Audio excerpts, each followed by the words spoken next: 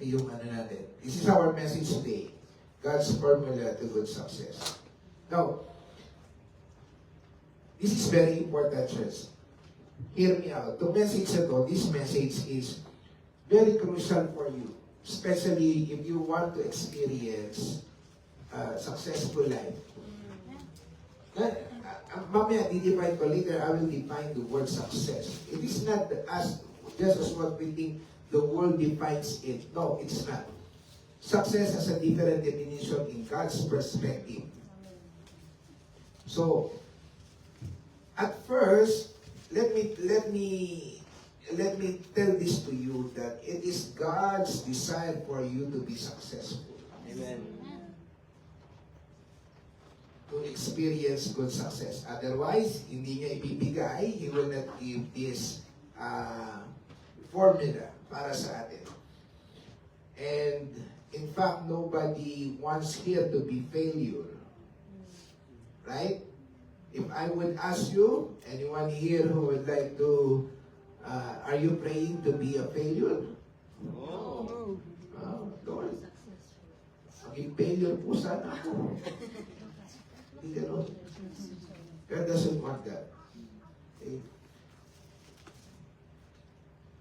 Pero kung tatanungin po natin, if I were to ask you what is success, maybe we will have a lot of answers. Maybe some of us will say, if you have a big house, if you have bought your own house, or a stable work, a good income, a happy family, fame, or you have influence, you have many followers in social media, maybe that is the other's definition of success. Nothing wrong with some of that. But God has His own perspective, has His own definition when He says in Joshua chapter 1 verse 8, this word good success. He has own definition of it. And the centerpiece of His instruction is found in Joshua chapter 1 verse 8. Now let's first read this one from His word. Joshua, can you please open up your Bible? Buksan natin yung Bible natin sa Joshua. So, sinasanay natin ngayon talagang physical Bible ang gamit sa church. Joshua chapter 1 verse 8. After the death of Moses, the servant of the Lord, by the way, and Joshua can be found in the Old Testament. Okay. Say to your, the person beside you, Joshua is in the Old Testament. Sa gitna mo hinahanap eh. Kasi ayun si Joshua.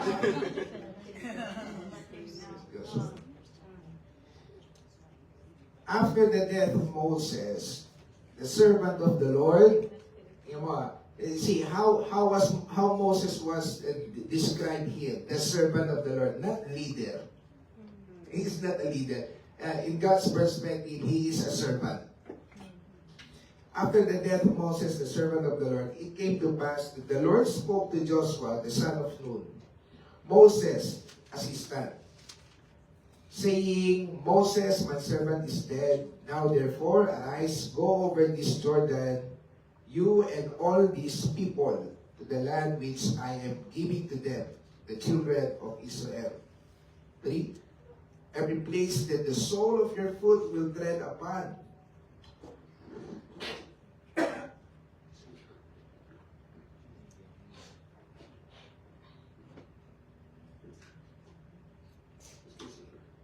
every place that the sole of your foot will tread upon, I have given you, as I said to Moses, from the wilderness and this Lebanon as far as the great river and the river Euphrates, all the land of the Hittites and to the great sea toward the going down of the sun shall be your territory. Dito, pinaliliwanag na ng Panginoon kay Joshua yung kanyang pangako. This is their inheritance. Verse 5, no one shall be able to stand before you all the days of your life. Ganda nito, no? No one shall be... how many of you like this promise? Diba? Yung bang ganito na walang magdadagumpay. It is the same doon sa sinabi ng weapon formed against you shall prosper. No man shall be able to stand before you all the days of your life. As I was with Moses, so I will be with you. I will not leave you nor forsake you. Are you familiar with this verse? I will never leave you nor forsake you. This sounds familiar. It is also reiterated in Hebrews chapter 13 verse 5.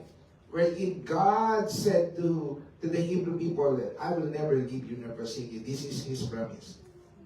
Be strong and of good courage. For to these people you shall divide as an inheritance the land which I swore to their fathers to give them. Only be strong and be courageous. Paulit-ulit. Yung salitang courageous. Okay? That you may observe to do according to all the law which Moses my servant commanded you.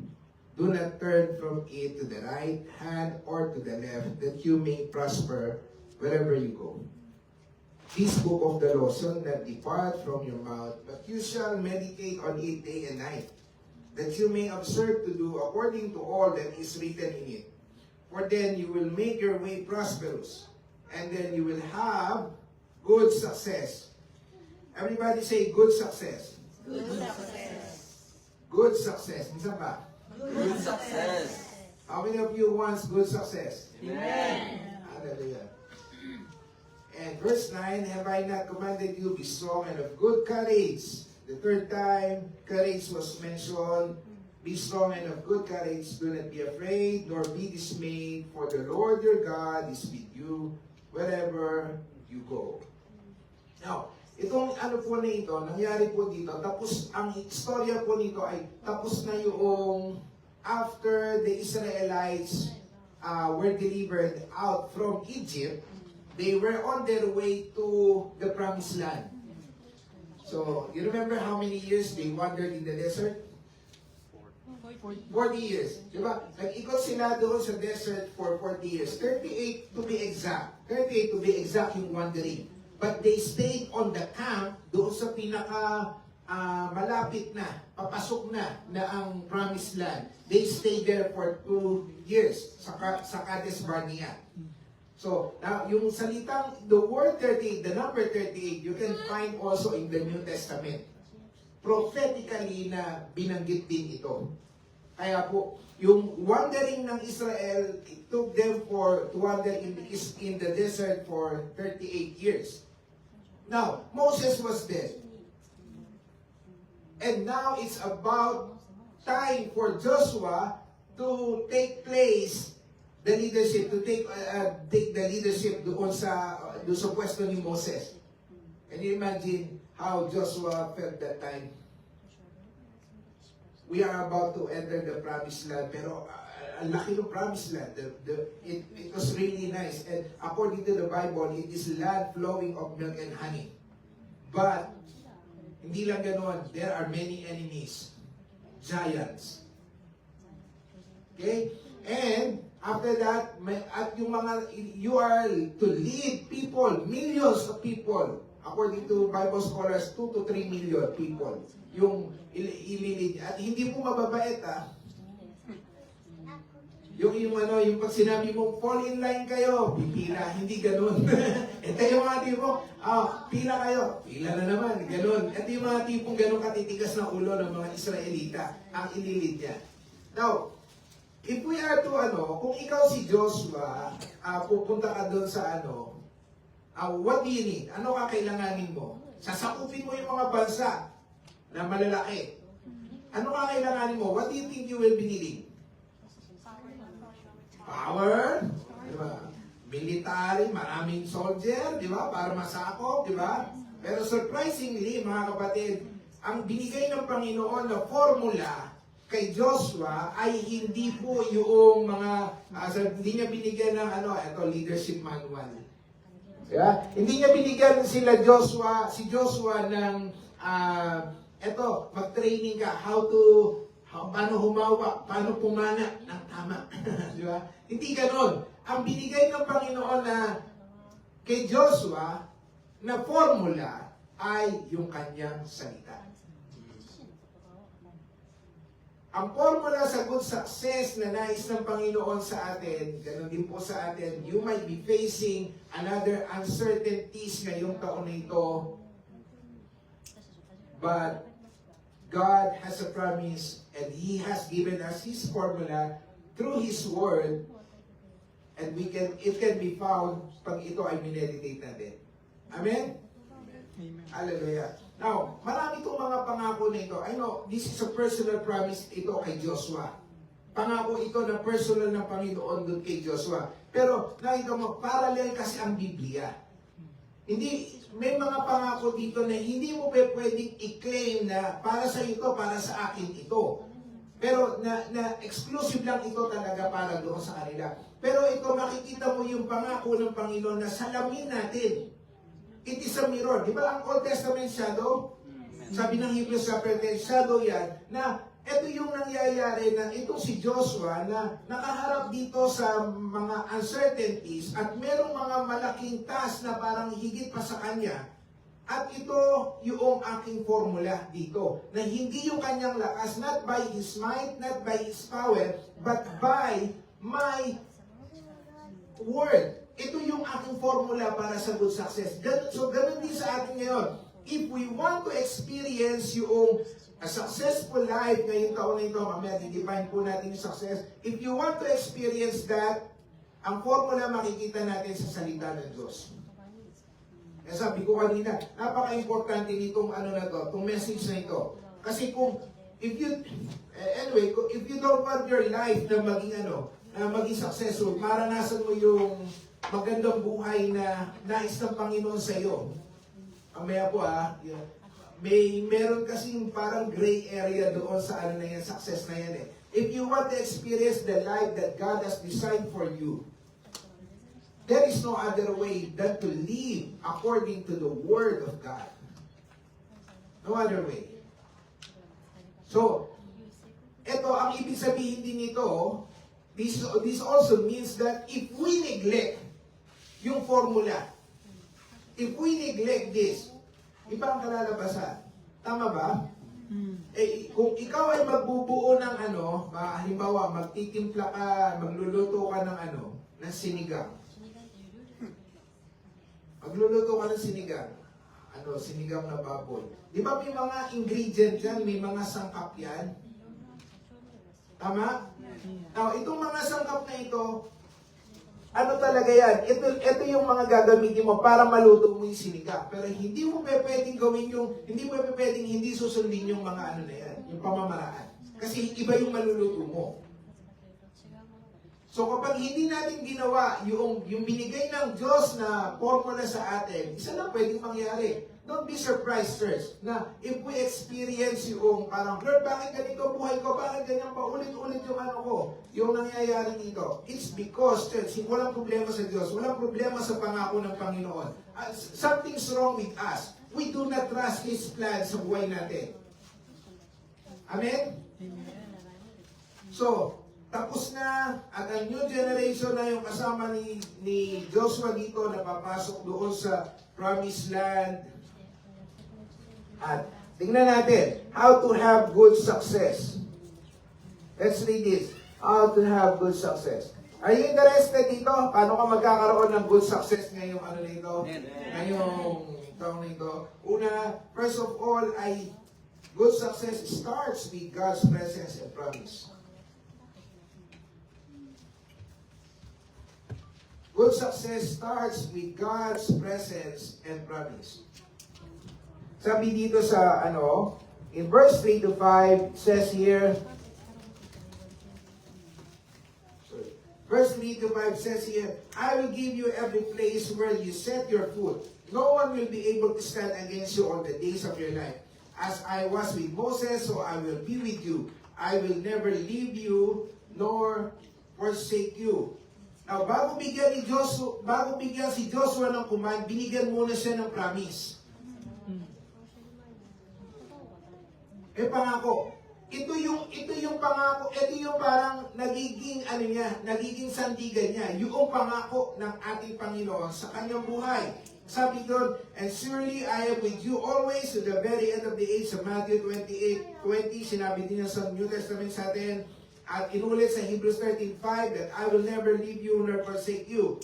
So para sa atin po ngayon, ang good success po ay hindi po ito, it is not just about where you go, but it is about who goes with you. Hindi lamang yung goal mo, but it is also about who goes with you. The presence of God in your life. Nakukuha ba natin yun, mga kapatid, church, na you will never be successful if the presence of God in your life ay wala. I mean, yung pagsama ng Panginoon, God is always with us, of course, but if you are not aware that He is with you, kumbaga, sinasabi ko, parang kung walang God factor, if there is no God factor in your life, that is not good success at all. Amen? You can be successful in the eyes of the world, but if God is absent in your life, it has no God factor. That is not good success at all.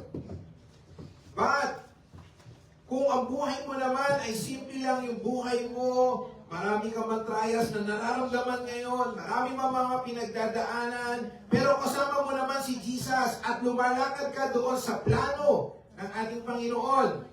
Ginagawa mo yung nais niya sa buhay mo. That is good success. Amen? That is good success. Pangalawa, how to have good success? Good success requires courage. Good success requires courage. Tatlong beses po binanggit yung courage dito sa verse 6, verse 7, and verse 9. At alam naman natin, katulad nung tinuturo natin dito sa interpretation ng Bible, kapag laging inuulit yung mga salita, very important. Okay, tatlong beses, parang hindi ka pa ba nabibingi doon? Parang gusto sabihin ni Lord na, hindi pa ba malino yan? Salitang courageous na ito. Ang courageous po dito, pero pansinin po natin yung doon po sinabi doon sa verse 9, be strong and courageous because you will lead these people to inherit the land, and I swore to their ancestors to give them. Yung courage ni Joshua ay nanggagaling po, it is anchored doon sa calling ni God sa kanya at sa covenant ni God sa kanya. Ang lakas ng loob na magagawa natin, magkakaroon tayo ng successful life, ay nakaangkla ito, una doon sa calling ng Lord sa iyo. At nakabase ito doon sa covenant ng Panginoon na binigay sa atin. Hindi ka magiging successful kung hindi ka doon tinawag ng Panginoon. O bakit hindi ako masaya dito sa buhay na nagano? Baka hindi yan yung calling sa'yo ng Lord. Each of one has its own calling. Diba? Hindi lahat tinawag ng mag-artista. Amen. Hindi lahat tinawag na maging pastor. Hindi lahat worship leader. So hindi yan yung pinagagawa sa'yo ng Panginoon. Kaya wala doon yung sense of fulfillment mo. Right? Pero, yung courage mo manggagaling lang kapag alam mo yung calling ng Panginoon sa'yo. Kapag alam mo ito yung pagkatawag sa akin ng Panginoon, many of us are called doon sa iba't ibang bahagi. Many of you are called to be teachers. Many of you are called to be servant. Hindi po yan maliliit na mga bagay. Tinawag ka para suportahan yung gawain. Hindi maliliit na bagay po yan. Lahat po yan ay ingredient para sa kaharian ng Diyos. Sa army nga po ng Diyos, di ba? Doon sa army, hindi naman lahat yan archer. Hindi naman lahat yan tiga-pana. O tiga-espada. Hindi. Yung iba po dyan manggagamot. Yung iba dyan tagabitbit ng armas. Pero lahat yan mahalaga. Walang hindi pwedeng gumawa dyan. Kasi isa lang ang hindi gumawa dyan, maapektuhan yung buong army. Ganon din po sa atin. God has called you to perform your specific calling. may calling ang Diyos sa'yo. Pakisabi mo nga sa katabi mo, may calling si Lord sa'yo. Nakabase din yan doon sa covenant ni God, sa covenant ng Lord sa'yo. Ano yun? At tulad nung sinabi niya, I swore to their ancestors. Si Joshua po, ang calling niya ay i-lead yung mga tao papasok ng promised land. Joshua's calling is to lead the Israelites. To lead the Israelites to enter the promised land. Okay? Maaari sa'yo, hindi para mag-lead sa promised land. Iba-iba yung calling ng Lord sa atin. Nakabase din yung calling ng Lord doon kay Joshua sa covenant niya. At binanggit yun, di ba, na I swore to their ancestors. So, ibig sabihin, may pangako ang Panginoon na tipan. Yung pagkatawag sa iyo, mayroong covenant yan. We are standing now in a new covenant sa ating Panginoon. Kaya yung calling mo, church, mangyayari at magaganap lang yan under doon sa covenant na binigay sa atin ng Panginoon niya through the finished work of Jesus Christ. Through what Jesus has done on the cross for us. Amen? May calling ka bilang maging anak, magulang, estudyante, trabahador, empleyado, doon sa kaisa nyo, maging trainee ka. Lahat yan calling sa atin ng Panginoon. Ito yung design ng Panginoon sa iyo. Now, yung pagka-design sa iyo ng Panginoon at pagtawag sa iyo ng Panginoon, kasama dyan yung provision ng Panginoon. In-empower ka ng Panginoon na gawin yan. At may purpose ka kung bakit ka nandyan. Diba? Ako may purpose kung bakit ako naging missionary sa Japan. You have a purpose kung bakit ka naging trainee dito sa Japan. You have a purpose bakit ka dyan ka napasok sa kaisa na yan. You have a purpose bakit dito ka ito yung mga makakasama mo na mga tao. Right?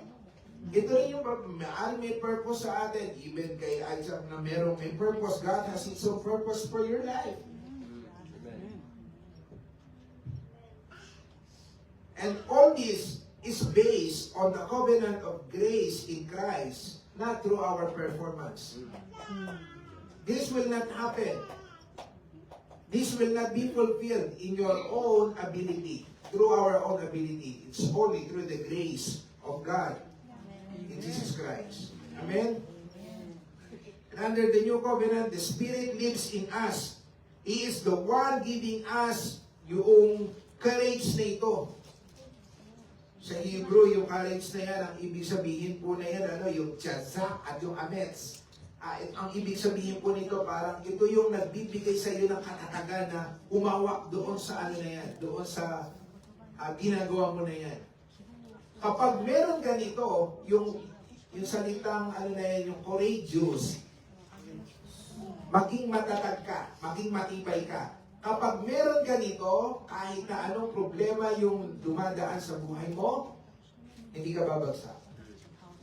Hindi ka mag-give up. You know why? Kasi ito yung provision ng Panginoon sa iyo. Yung courage ng Lord, yung provision na tiyazak na yon at yung amets na binigay ng Panginoon, provided yun para doon sa plano niya sa buhay mo.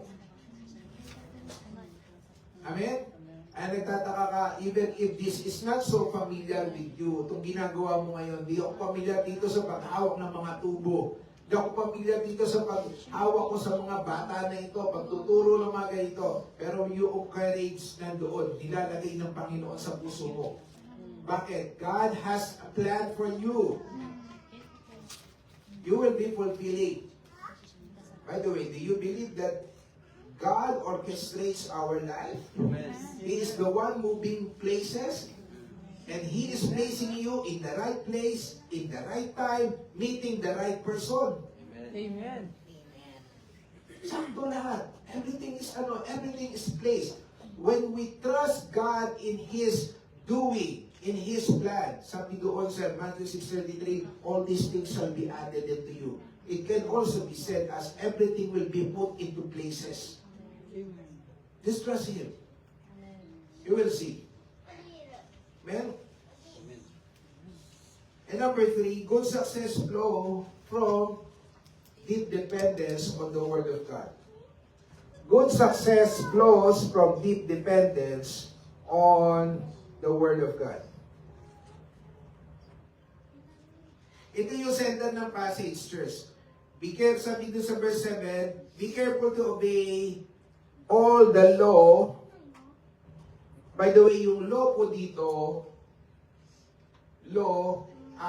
during that time, nung sinasabi ito ng Lord kay Moses, when God is giving, to Joshua, when God is giving the instruction to Joshua, yung law, it pertains to the five first books of the Bible. During that time, not yet written yung ano na to, di ba? Yung ibang book.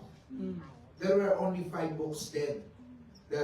First 5 books? What are the first 5 books? Genesis, Exodus, Leviticus, Numbers, Deuteronomy. Oh, very good, children. Very good. No, kung isabi yung first 5 books, ha? Genesis, this is called Torah. Torah, tawag doon sa ano na yan, Torah. Yung Torah ay hindi po para sa kanila, para kay Joshua. Ang sabi ng Panginoon, for Joshua, sabi niya, be careful to obey all the law my servant Moses gave you. Do not turn from it to the right or to the left, that you may be successful wherever you go. Keep this, sa verse 8, sabi doon, keep this in the book. Keep this book of the law always on your lips. Meditate on it day and night so that you may be careful to do everything written in it. Then you will be prosperous and successful. Ito po yung sentro noong formula ng good success. Sino ulit dito gusto ng good success ngayong taon? Amen. Now, look at this one. This is the formula. Bago dumating yung dulo, yung last line na yan, for then you will make your way prosperous and then you will have good success. Bago dumating ito, andin muna yung binigay ng Panginoon yung formula sa atin. Napansin nyo, tatlo yan eh. Tatlong movement itong binigay na ito. Una, the Word of God in our lips. It must be on our lips. Yung salita ng Diyos sa ating mga bibig. Keep it always on your mouth. Sabi niya doon, do not depart this from your mouth. Ang ibig sabihin po, sa panahon po ni Joshua, mga kapatid, church, noong panahon niya, ang pagbabasa po ng Bible nila ay hindi po parang yung personal na gano'n. When they read the Torah, because there, wala pa po yung kopya ng bawat isa. Nakasulat na, it's written in a parchment scroll during that time. So when they read this Torah, they read this aloud. Can you picture yung scenario ng pag binasa nila yung Torah, malakas yan, sinasabi na doon. To keep it on your lips means, lagi mo itong binibigkas, kinakanta o ibinubulong sa sarili. Dahil kung ang nasa bibig natin, ito yung nagdidikta ng perspective mo. What comes out of our mouth becomes our perspective. The Bible also is true. Out of the abundance of the heart, mouth speaks. Right?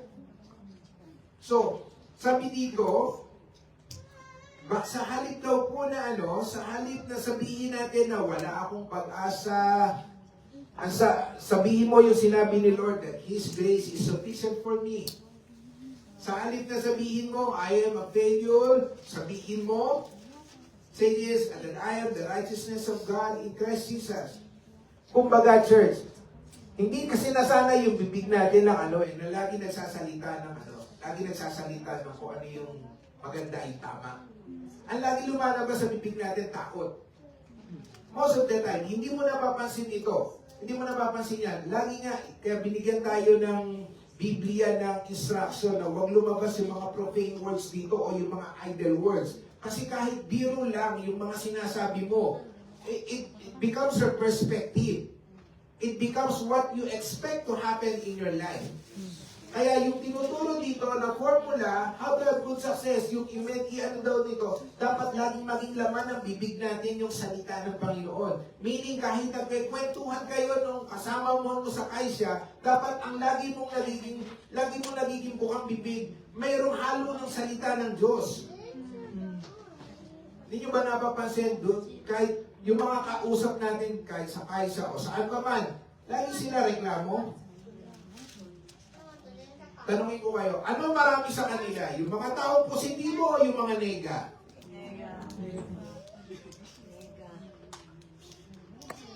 Mas marami sa kanila yung mga negative na mga declarations, di ba? Pagpasok pa lang, ang hirap naman ito, ang ilamig-lamig, ang dumataas na ng presyo. Lahat yung sasabihin eh. Takot. But why, all those things, church, diba? All those things are true. These are facts, yung sinasabi nila. But God is saying this, that the formula for our good success, church, is not to say those facts, but to override those facts with the truth of God. Amen. Hindi tayo sanay eh. We are not used to that.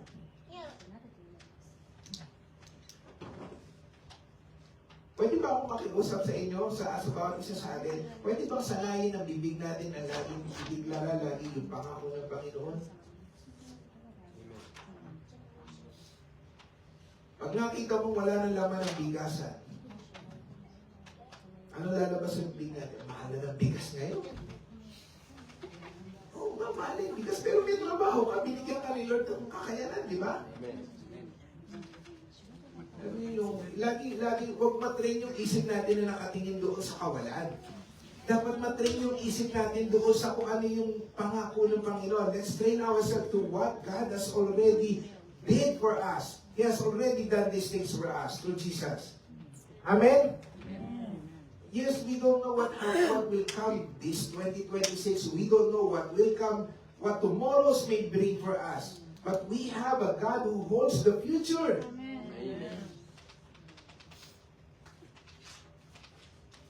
Let this promise, church, let the word of God always be on our lips. Instead of declaring things that magbibigay sa iyo ng failure, speak life. Sabihin mo nga sa katabi mo, say to the person next beside you, speak life. Speak life. One more, speak life. Speak life. Actually, church, good success starts when you align your mouth with God has already said. Speak life. Hello? Good success starts when you align your mouth. Dito pala magsisimula. It will start here. It will start when you align your mouth with God has already said. So, Pastor, yung ba yung name it, claim it? Yung name it, claim it theology? Alam ba yung mga lumalabas na name it, claim it theology ng mga sinasabi ng mga ano? Kasi sinabi, gusto ko to, gusto ko ng teachers. The name it, claim it only becomes true when it is aligned in the Word of God. God is not obliged. He has no obligation to perform if He did not say it. Amen? But once God has already promised, you know, God is, ano na siya, parang bind na siya doon sa salita niya. Kapag pinangako na ng Panginoon niya sa salita niya, wala na siya doon eh. Kumbaga parang, ano na ito, parang hindi pwedeng hindi ito pa rin ng Panginoon, yung sinabi ng Lord. So we have to confess, we have to align our mouth with what God has promised on His Word. Church, this year, church, let it be a practice for each and every one of us, especially sa personal life mo. Always speak the Word of God. Always speak what comes out of our mouth, church, will be aligned doon sa will ng ating Panginoon. Amen? Amen. Maging aware po tayo doon because sometimes madami lumalabas sa bibig natin na para bang salita ng pagkatalo, salita ng walang pag-asa. Ang Word of God, pangalawa, titan nyo pangalawang movement, salita ng Diyos sa ating bibig, pangalawa, salita ng Diyos, i-meditate daw natin ito day and night. Pastor, di wala na ba kaming gagawin? Di na ba ako papasok sa kasya? Di na ba ako magluluto natin o maglinis man lang, pwede ba? Hindi po ito yung sinabing wala ka nang gagawin. Kung hindi, parang ito yung magiging background na ng buhay mo palagi. Parang every step na gagawin mo, every decision that you will make is affected by the Word of God. Amen? You always meditate it. In Hebrew, yung meditate na yon ay ang ibig ko sabihin nun ay parang ninunguya ng dahan-dahan. Katulad sa picture siya ng baka, ng cow. Kasi na ninunguya yung damo. Nguya na dahan-dahan hanggang sa nakakatas niya yung sustansya nito. Dapat ganun daw ang ginagawa natin doon sa Word of God. You don't just scan the Word of God. Check na ako, nakabasa na ako ng isang chapter ngayon. Makukumpleto ko na yung Bible in a year ko. Check ko na ito. Pwede mo mabasa yan, pwede mo matapos yan, pero pag hindi mo mineditate, you will not benefit from it. That is not what God wants you to do. God doesn't just want you to read the Bible. He wants you to meditate. Haga. Sa tawag doon, sa Hebrew, haga. Sabihin niya natin, haga. Haga means to meditate.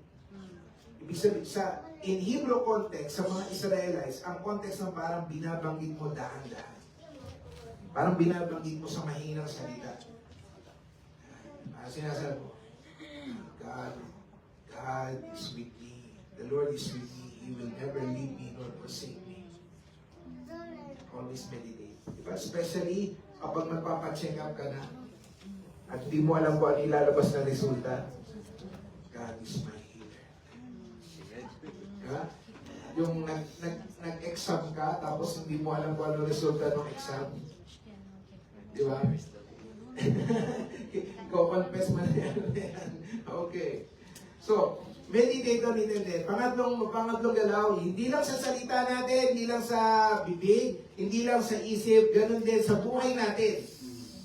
We put it into action.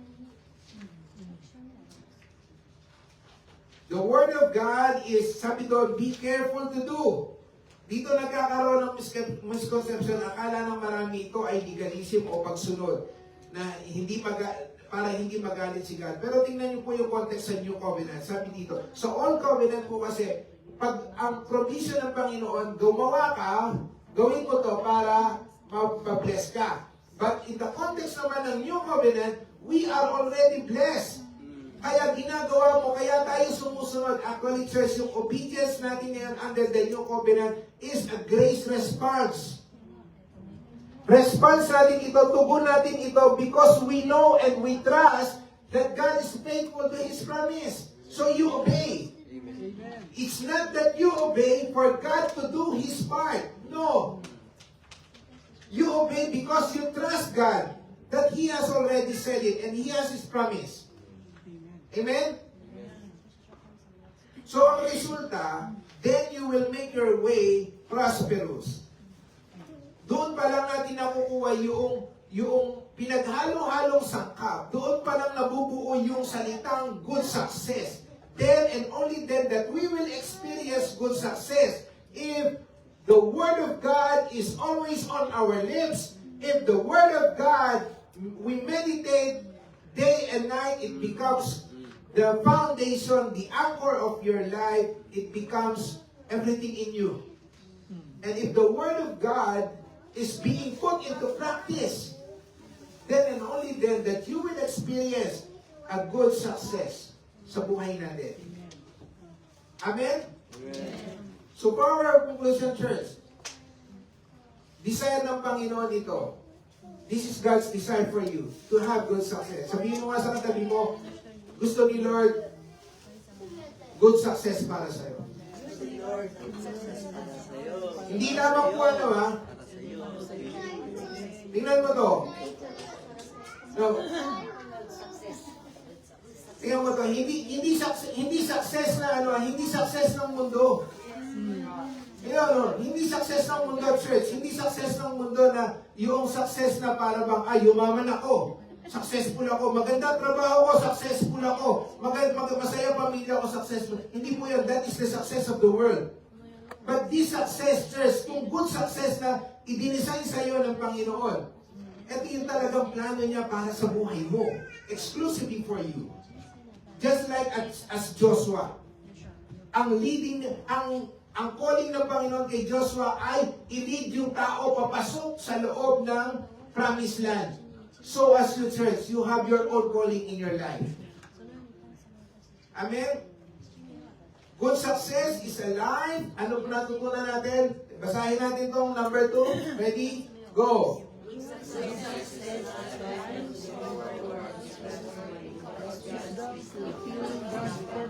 Amen. Ang good success, hindi yung nakapag-Japan ako eh. Naniniwala ka ba kapag nakapag-Japan, successful na? Meron bang umuwi sa Pilipinas na nung umuwi, mga? Meron. Kasi bakit? Mali yung definition mo ng success. You have the wrong definition of success. That's why we end up being frustrated. And what's worse is, we end up blaming God. Kasi hindi naman yan yung pinagagawa sa'yo. That is not what God is asking you to do. And then, if you feel frustrated, parang you start blame God. Why, Lord? Why am I here? Why am I... Murmuring na. Isa pa.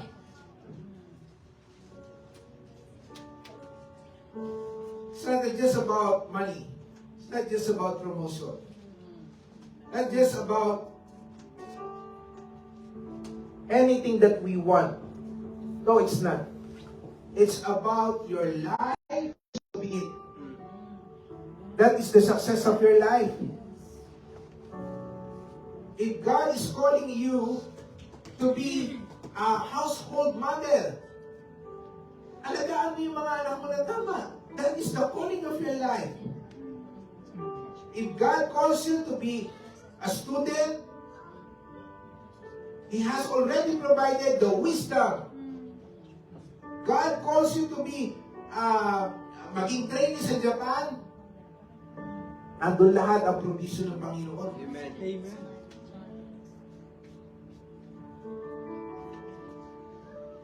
Success in God's term is deeply tied to wisdom, church. But you know what? The world wants us to draw someone else's blueprint in our life. Ito yung nakakalungkot. Tinuturuan ka ni Satanas, ang gusto ni Satanas, church, magbuo ka ng isang bahay na hindi yung design ng Lord sa iyo. Pinakikailaman natin yung blueprint eh. May blueprint ka eh. Sabi mo nga sa katabi mo, may blueprint ka. Huwag kang mabuhay to sa blueprint ng iba. Do not try to build others' blueprint in your life and expecting God to bless you. No, it cannot.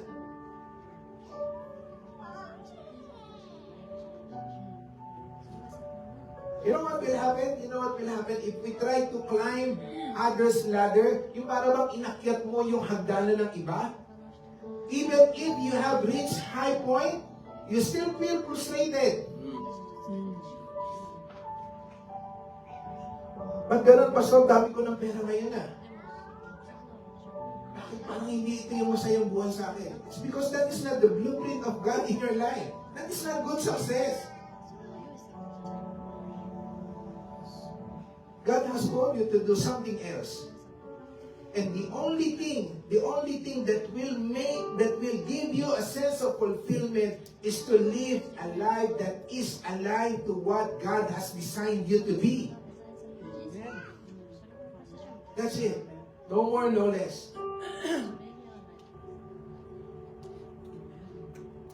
In fact, yung provision ng Panginoon, God's provision comes only to those who walk according to His plan.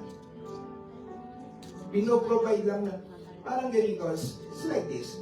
When God makes a blueprint, di ba mga architect, they list all the list of the materials. So every materials to build this house is being provided, has been provided already. So yung design, God's design for your life, everything that you will be needing, He has already provided. Amen. Pastor, ba't parang kulang? Ba't parang wala ito? It is because that is not part of God's plan. Kaya nga mga kapatid, if someone leaves you, God takes someone away from you, don't be bitter. It's not part of your life. Ang malakas ang amen doon.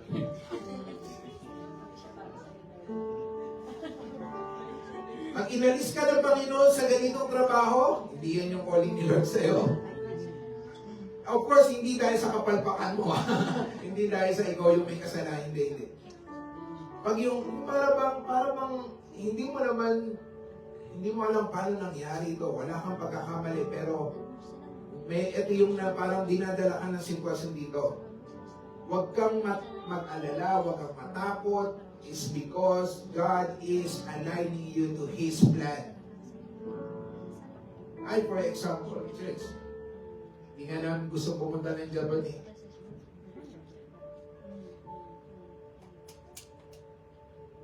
Not part of our plan. Maybe. But here we are. Here we are. Ministering to the people here in Japan. More souls are to be brought. Marami pa tayong dadali ng kaluluwa sa paano ng Panginoon. I hope, mga kapatid, nakikita mo yung ginagawa ng Panginoon sa buhay mo ngayon. Maniwala ka na isang Panginoon na yung buhay mo ay maayos. Na nararanasan mo yung good success. Pastor, ba't ganito buhay ko? Ito nga yung problema eh. Inaakyat mo yung hindi mo hagdan. You are trying to be someone else. Nainggit ka kasi ito, nakakapag-shopping palagi. Ito yung nabibili lahat ng gusto. Ito, nakakapunta yung pamilya lagi sa Disneyland. Ito, laging nakakabili ng ganito. Nainggit ka sa ganun. No. Calling sa'yo si Lord. It's not part of you. Magiging masaya ka lang, alam mo, kapag ginawa mo yung pinagagawa ng Panginoon sa'yo. At walang kapalit yun. Ito yung kahit na walang laman ng pera ang bulsa mo, masaya ka. Nakakatulog ka. Doon pa lang sasabihin ng Panginoon sa salita, well done. Hindi ka well done. Pag akyat mo ng langit, Lord, ang laki nung nabandaan kong bahay, nakabili ko ng paborito ko sa sakyan, Alphard, hybrid. Dahil namin nabiling bahay. Well done ba ako, Lord? Guess what? Ano sabihin ng Lord? If that is not your calling, no well done. Kung hindi yan yung pinagagawa ng Lord, hindi well done. Kasi bakit? Ito yung design ko sa iyo eh. Na maging supporter ka ng church. Alam mo ba kung ba't ka binas din ng Lord? To help other people. To serve the kingdom of God. Now, kung ano yung nasa iyo ngayon ay hindi nagagamit para sa kaluwalhatian ng Panginoon, para sa kaharian ng Diyos, you're not serving the kingdom. We are all part of the kingdom and yet we hoard the blessing. Hinuhoard natin yung blessing. Hindi, Lord, ito yung gusto ko. Oo nga, gusto mo yan.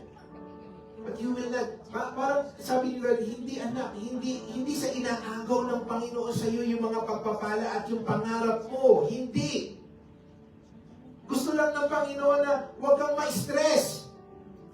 Gusto lang ng Panginoon na mabuhay ka ng doon sa good success. nangyayari yan kapag naka-align ka. Doon sa design lang ng Panginoon sa iyo, meron design na 3DK na bahay lang. Di ba? May design 4DK, may design na mansion, may design na merong mga pool. Iba-iba yung design. Pero yung design ng Panginoon sa buhay mo, yun yung the best para sa iyo.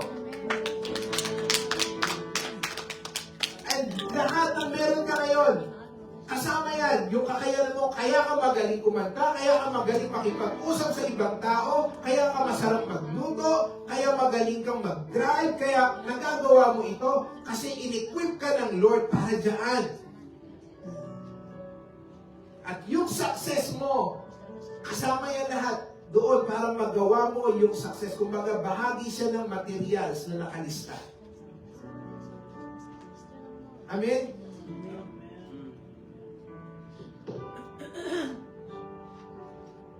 Binigay ng Panginoon yung formula. He has given us the formula. Asaan? Asan yung formula? Where? Logo?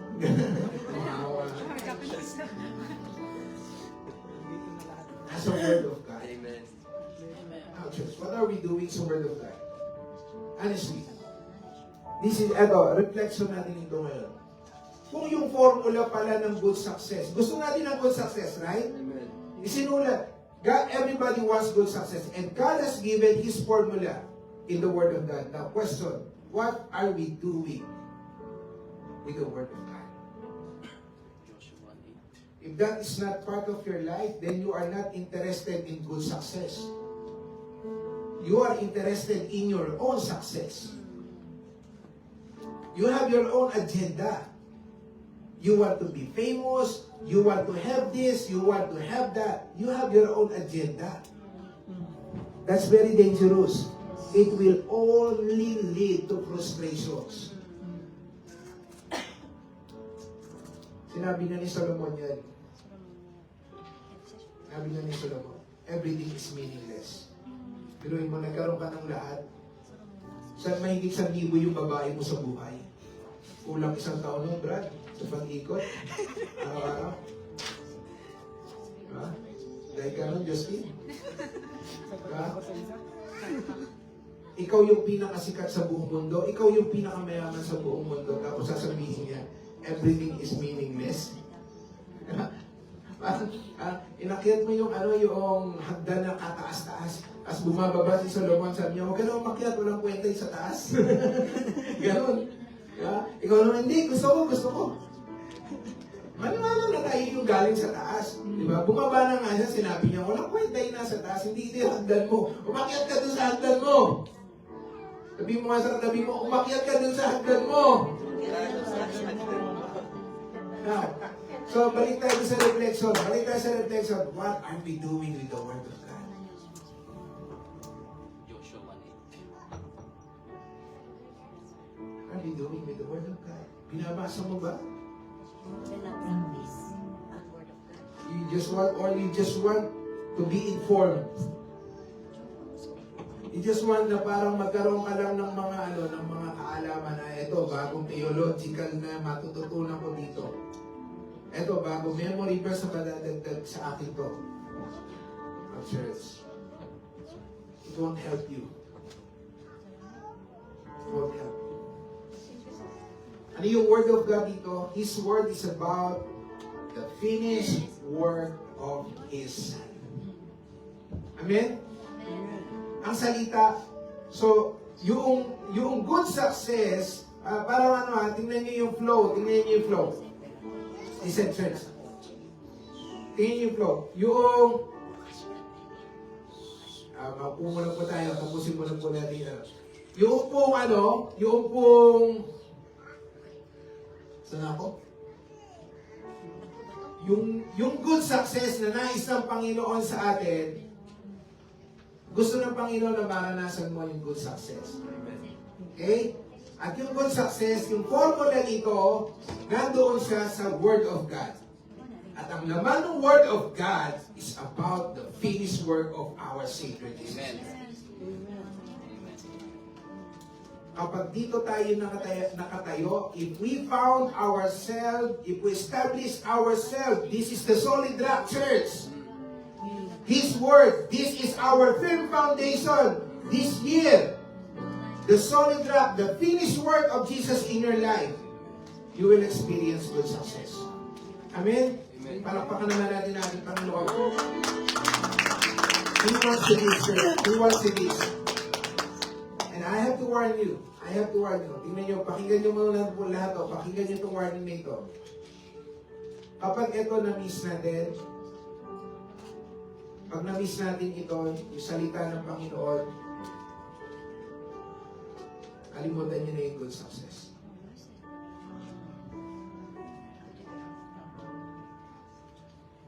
You're doing your own agenda. So be it. Binigyan ka ng Lord ng binigyan ka ng Lord ng option. Ano gusto mo? Sumikat? Bahala ka. Ito yung gusto mo. Hindi Lord, gusto ko yung blueprint niya mas maganda. Bahala ka. If you want good success, He has already provided for you. Amen? Father God, I pray sa bawat isa this morning na ang salita na ito tumimo sa aming mga puso. That we may experience this, Lord, good success. Can be found in your word. That we may give more value, give more importance to your word. Hindi ito maging ordinaryong aklat lang sa amin, Panginoon. Yung pakikinig namin ng salita mo, pagpunta namin sa simbahan, pag-attend namin sa mga Bible study, pag-meditate namin, Lord, sa salita, hindi maging ordinaryo. Parang mga vitamins ito na nagpapalakas, Panginoon, sa amin. We are excited what you are about to do this year. What you will do for us. We are excited, Lord. We want to trust you. We want to see good success in our life, in our family, in our ministry, in our work, in everything that we will do. In Jesus' name. Amen. Amen. Amen. Praise God.